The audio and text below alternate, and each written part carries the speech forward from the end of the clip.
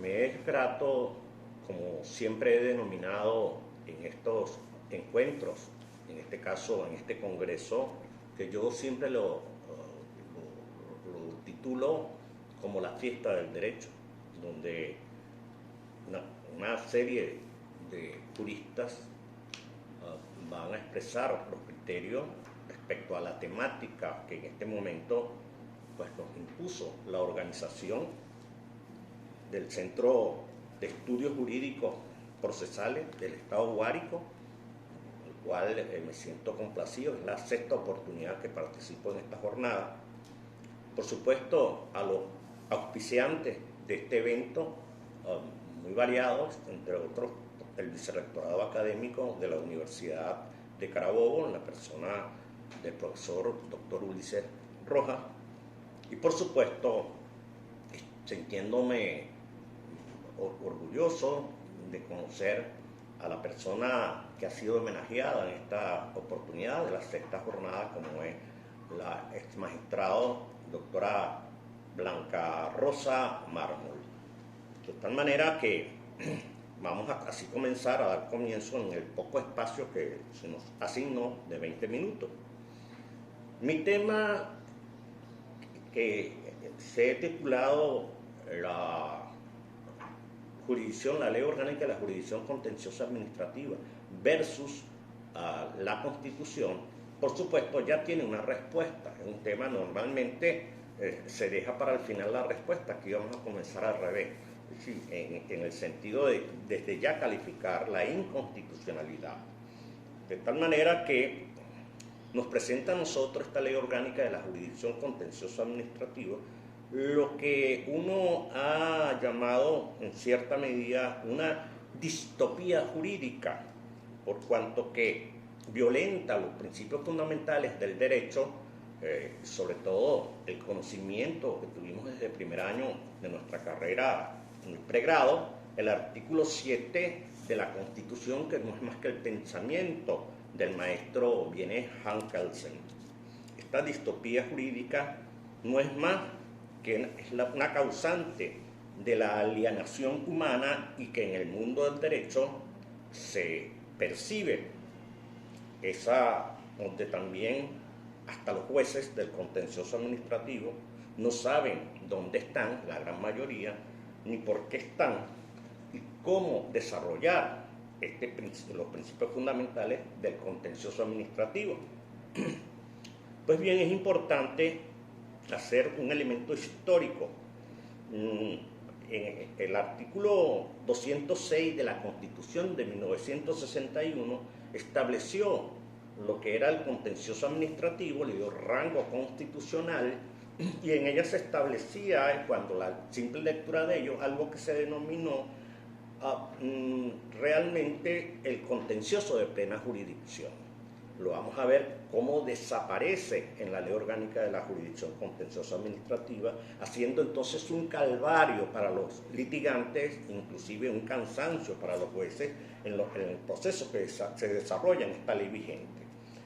Decíamos entonces que el 206 constitucional de 1961 no sufrió con la Constitución de 1999, en el artículo 259, ninguna transformación, solamente colocó el contencioso por la prestación de los servicios públicos, de tal manera que fue una copia efectivamente de lo que contenía la Constitución del 61.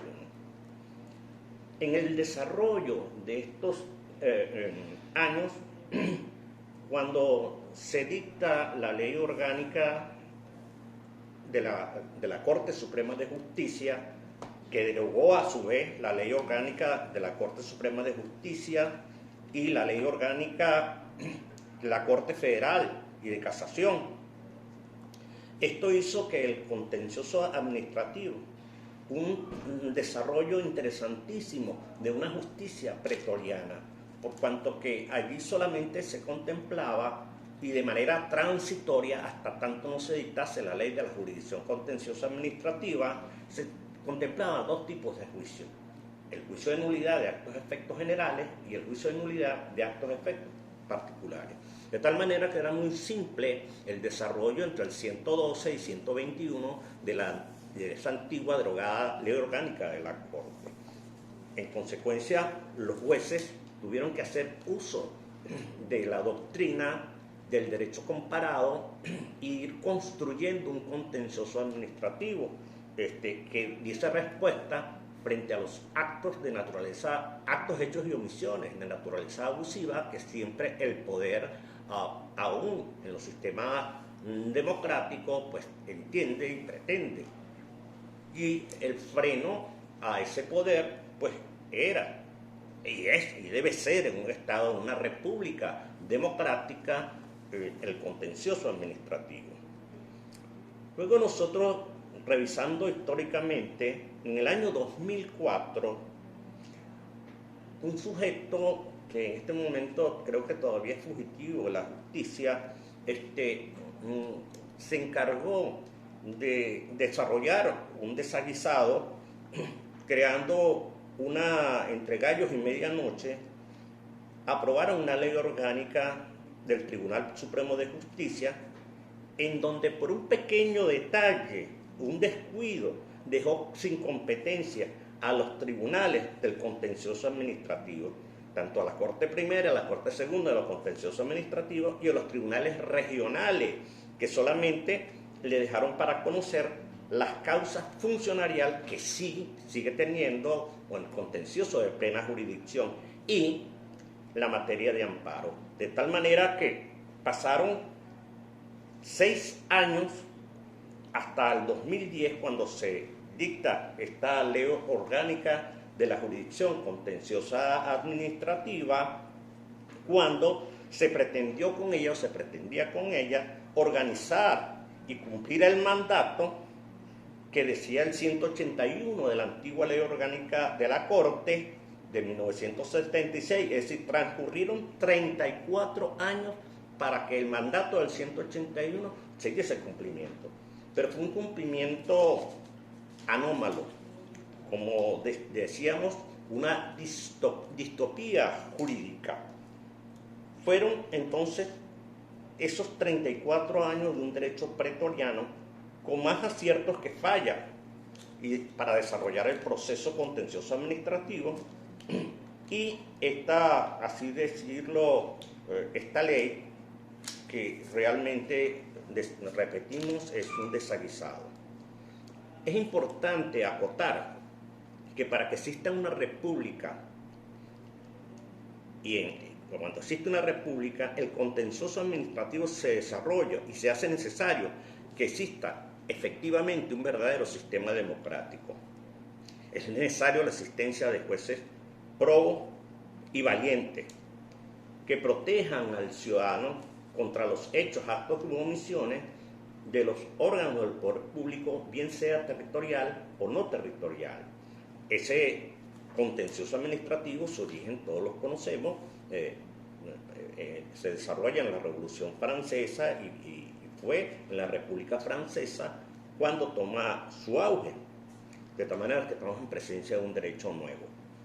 En la ley vigente de la jurisdicción contenciosa administrativa se crean 7 tipos de procesos. Es importante acotarlo. Señala las demandas. 1, las demandas de contenido patrimonial. 2, los juicios breves. 3, los juicios de nulidad e interpretación y controversias administrativas. 4, procedimientos de segunda instancia. 5, recurso especial de juridicidad que ha sido anulado por la Sala Constitucional del Tribunal Supremo de Justicia.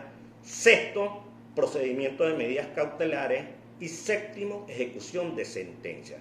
Es decir, 7 procesos distintos desde la perspectiva del derecho procesal, efectivamente, que hicieron desaparecer el contencioso de plena jurisdicción, quedando solamente vivo este concepto de plena jurisdicción en el contencioso funcionarial, como ya lo hemos señalado. violando de esta manera, y allí es donde decimos versus la Ley Orgánica de la Jurisdicción Contencioso Administrativa, versus la Constitución, el principio fundamental de la garantía contenida en el artículo 25 de la Constitución Nacional. Es decir, se le hizo una carga, se le impuso una carga gravosa, perdón, el artículo 26, disculpen la dirección, y violando también el 257 de la Constitución, que establece el principio de la uniformidad. Estamos aquí en un supuesto que, para mi manera de ver, violenta también responsabilidad del Estado legislador, porque se le está causando un daño de naturaleza patrimonial y que debe ser resarcido por la responsabilidad objetiva que establece el artículo 140 constitucional. Y decimos esto para que podamos entenderlo. Esta responsabilidad también está en los principios fundamentales del texto constitucional, como es el artículo 6. Colocamos, por ejemplo, un ejemplo que sea fácil o entendible. Si usted demanda la nulidad por deficiente o prestación de servicios públicos, es decir, la nulidad de un acto administrativo, o, por ejemplo, sobre la prestación de servicios públicos, no puede pedir el resarcimiento por esos hechos, actos o omisiones que causa la administración territorial y no territorial, porque serían incompatibles a establecerse 7 procesos diferentes. Esto, por supuesto, es contrario a la simplificación, es contrario al contencioso de plena jurisdicción, porque obligaría, una vez obtenida la nulidad del acto administrativo, por ejemplo, entonces cuando usted tiene que incoar otro proceso de contenido patrimonial.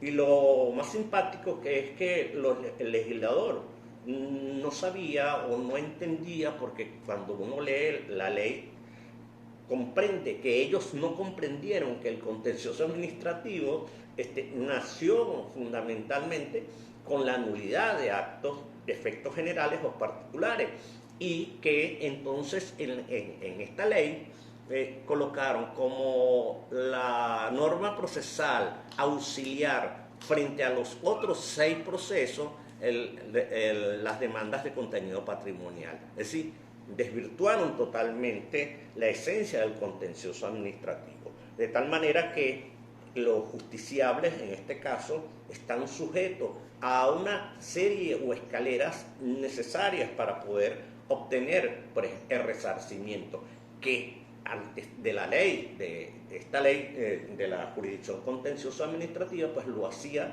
con el recurso de plena jurisdicción, violando el espíritu, propósito y razón del artículo 259 constitucional y demás normas constitucionales ya señaladas. Hacer del juicio de contenido patrimonial, lo hemos dicho, es una distorsión del verdadero contencioso administrativo cuando lo convierte con el procedimiento auxiliar en caso de ausencia de norma o de confusión en la norma. Incluso un juicio que llama poderosamente la atención, porque allí se demuestra perfectamente que el legislador no sabe absolutamente nada del proceso. Es un desaguisado cuando nada más en materia de prueba hay 3 momentos de prueba. ¿Sí? Entonces le crea a uno varias dificultades que incluso en una jornada Domínguez Escobar yo señalaba que entonces usted en la audiencia preliminar puede presentar prueba, luego tiene en la contestación también prueba, y luego hay un lapso de prueba. Así, pruebo, bipruebo y tripruebo. Es decir, una cosa absurda en qué momento yo puedo entonces objetar esa prueba, controlar esa prueba, cuál es el espacio que tengo para ello, las incidencias que pueden desarrollarse a ello. Y lo más triste es que la sala político-administrativa no ha podido resolver en una sentencia valiente que haga prevalecer la Constitución por sobre los desaguisados de la Ley Orgánica de la Jurisdicción Contenciosa Administrativa. Bueno, hasta allí creo entonces abarcar el tema. Gracias por la presencia por estos medios y a la Universidad de Carabobo, quien me ha facilitado su espacio para esta grabación.